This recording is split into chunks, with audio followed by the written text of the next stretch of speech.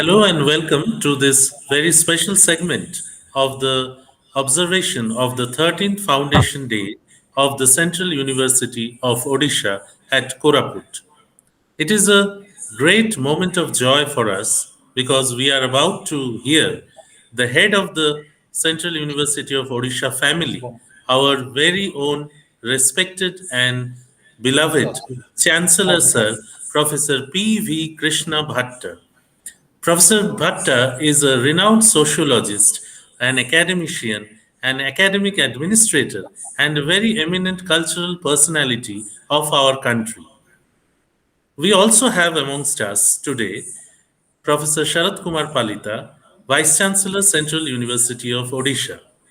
I request VC sir to kindly start the proceedings. Sir. Thanks, Gaurav.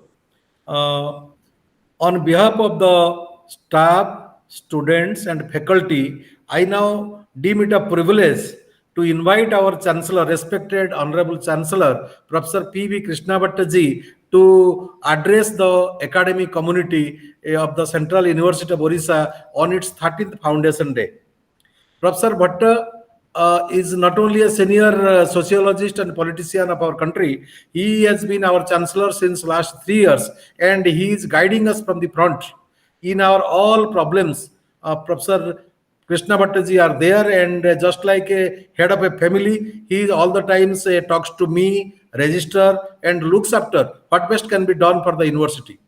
And sir, I think this is a momentous occasion, also a critical time for the university because 12 years have passed. We require your guidance and care for the coming times to take this university forward, sir. Now, for your inspiring words on this momentous day, now I request kindly deliver your message, sir. Thank you. आदरणीय शिक्षा मंत्री श्री धर्मेंद्र प्रधान जी, इस समारंभ के मुख्य अतिथि श्री जी पद्मनाभन जी, प्रभार कुलपति श्री शरद कुमार पालिता जी, विश्वविद्यालय के प्राध्यापक, शिक्षक वृंद, कर्मचारीगण और प्रिय छात्र छात्राएं, विश्वविद्यालय के स्थापना दिन के इस शुभ अवसर पर आप लोगों को संबोधित करते हुए अतीव हर्ष का अनुभव हो रहा है। सभी बंधुजनों को मेरी हार्दिक शुभकामनाएं अभिव्यक्त करता हूं। यह संतोष और कई गुना अधिक होता अगर मैं आपसे प्रत्यक्ष रूप से मिलकर बात कर सकता। आशा करता हूं कि संकट के बादल जो छाए हुए हैं शीघ्र ही मिट जाएंगे और विश्वविद्यालय की गतिविधियां शीघ्र ही सुचारू रूप से चल पाएंगी। विश्वविद्यालय के कुलपति श्री राम ब्रह्मम जी का निधन विधिवश हो जाना हम सबके लिए अतीव दुखदायक घटना ही नहीं बल्कि विश्वविद्यालय के संचालन और उसके प्रगति के रास्ते में बहुत ही अड़चन के रूप में उपस्थित हुआ है। उनके नेतृत्व में विश्वविद्यालय तरक्की के रास्ते पर अग्रसर हो रहा था, लेकिन उनके आकस्मिक निर्गमन से अपार हानि हो झेलने पड़ा है। विश्वविद्यालय की तरफ से और मैं अपनी तरफ से दिवंगत आत्मा को श्रद्धांजलि समर्पित करता हूं। और भी बंधु इस बीच में हमसे बिछुड़ गए हैं, सबके प्रति मैं अपना श्रद्धा अर्पित करता हूं। लंबे समय तक विश्वविद्यालय के कुलपति का स्थान रिक्त रहने के कारण विश्वविद्यालय के कामकाज पर असर पड़ता है। श्री राम ब्रह्मम जी के नियुक्ति के पहले भी लंबे समय तक कुलपति का स्थान रिक्त रहा। केंद्रीय शिक्षा मंत्री श्री धर्मेंद्र प्रधान जी से मैं आग्रह निवेदन करता हूं कि यथाशीघ्र कुलपति की नियुक्ति के लिए कदम उठाए। विश्वविद्यालय की शैक्षिक गतिविधियां सहज रूप से न चलने के कारण छात्रों की शैक्षिक साधना में अवरोध उत्पन्न होना स्वाभाविक है। लेकिन जैसे किसी महापुरुष ने कहा है, make every difficulty an opportunity, उसके अनुसार जो विराम का समय उपलब्ध हुआ है उसका रचनात्मक ढंग से उपयोग करने का प्रयास हरेक को करना चाहिए। आजकल के तांत्रिक सुविधाओं के चलते सभी विषयों की जानकारी किताबें इंटरनेट पर उपलब्ध हो जाते हैं। समय का अगर सही ढंग से उपयोग करेंगे तो कक्षाएं न चलने के कारण जो नुकसान हुआ है उस कमी को हम दूर कर पाएंगे। मैं आशा करता हूं कि विश्वविद्यालय के छात्र छात्राओं ने इस विराम के समय का सही लाभ उठाया होगा। एकलव्य की कहानी हम सब लोगों ने सुना ही है। इस कहानी से हमको क्या सबक सीखना चाहिए, इसके बारे में भी सोचने की आवश्यकता है। एकलव्य धनुर्विद्या सीखने के लिए द्रोणाचार्य के पास पहुंचा, लेकिन वहां से उसको निराश होकर लौटना पड़ा, परंतु उसने हिम्मत न हारी।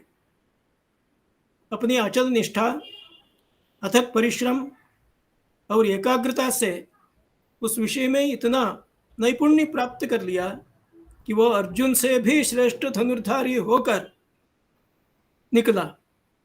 मैं मानता हूं कि हर एक छात्र के अंदर एक एकलव्य छिपा हुआ है, उसको पहचानने की का जगाने का काम हमको करना है। कोविड के महामारी के चलते हम सबको सब प्रकार की सावधानियों का पालन करना बहुत ही जरूरी है।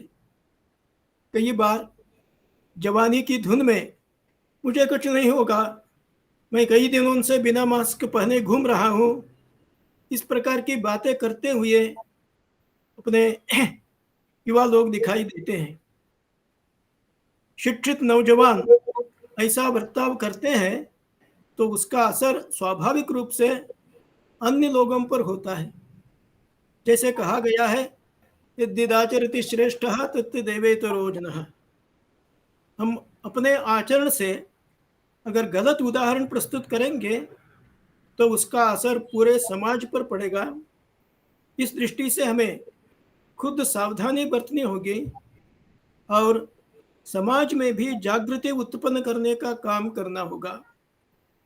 हम ये दायित्व सही ढंग से उठाएंगे तो इस संकट के अवसर पर समाज के हित में अपना अमूल्य योगदान होगा।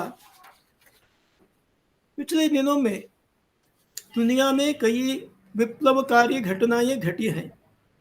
अफगानिस्तान कैसे इस्लामिक कट्टरवाद से संत्रस्त है, ये हम आंखों के सामने देख रहे हैं। ये मानना बड़ी गलती होगी ये कोई दूसरे देश में घट रही घटना है, हमारे लिए उससे कुछ लेना देना नहीं है। देश के अंदर भी इस्लामिक कट्टरपंथ का समर्थन करने वाली ताकतें अक्सर सर उठाती हुई दिखती है।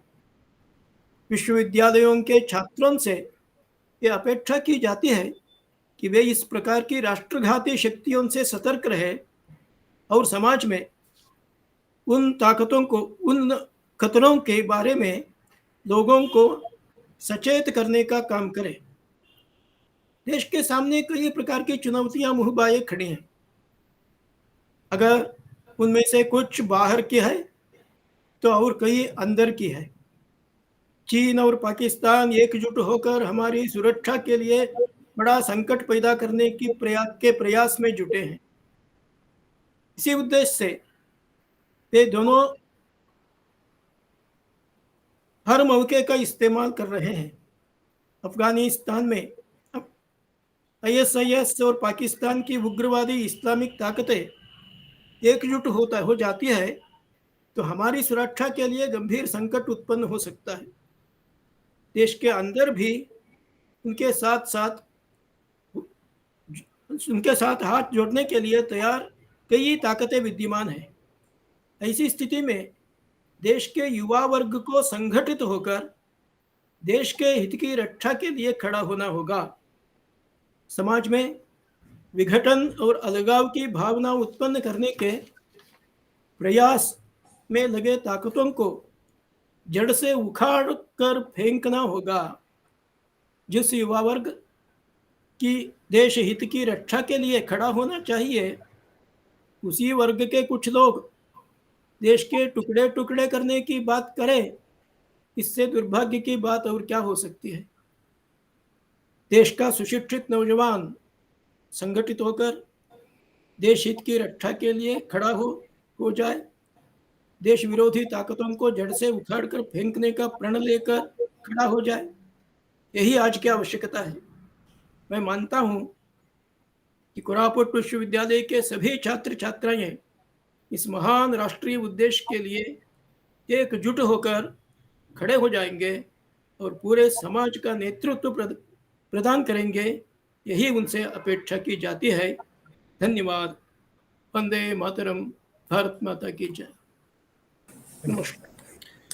Thank you very much, sir, for your illuminating deliberation. And thanks a lot for showing us the light in this challenging time and outlining the responsibilities of the youth to protect the country and take it in the path of prosperity. Now, I request Vice Chancellor, sir, to kindly place his observations. Sir. I profusely thank our Honorable Chancellor, Professor Krishna Bhattaji, for his inspiring words for our youth as well as our countrymen. Certainly, sir, this is a time of crisis, and we must rise to the occasion to take our youth in the right direction and to see that our country's interests are safeguarded.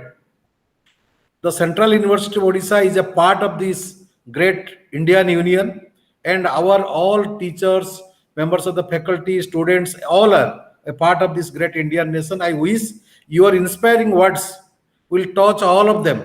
And I think it is a great saying in the nation building.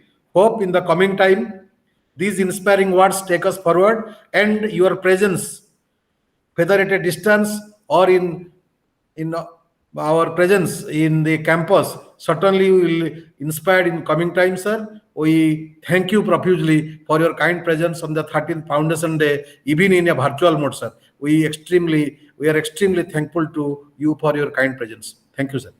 Thank you. Namaskar. Thank you, sir.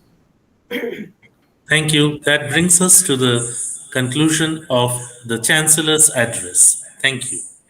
Thank you, sir. Aditya ji, Yes, sir. Recording हो गई ना पूरा? Sir ये recording हो गया, ये recording को ये और सौरभ जी ये he will Sir, please switch off the recording, sir. Sir, just a minute, sir. अच्छा, केड़े स्तर में मतलब सर